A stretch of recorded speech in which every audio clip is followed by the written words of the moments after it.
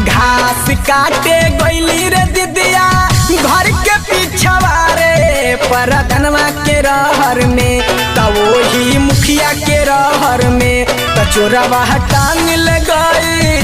तचोरवा टांग ले गईली दीदिया हमके गाँव के नहर में अब न जाई बुरहर में अब न जाई बुरहर में।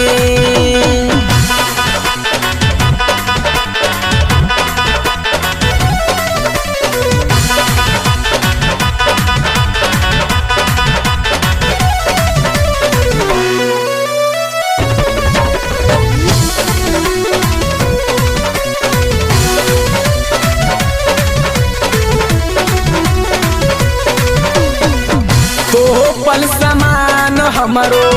कोइलस जिया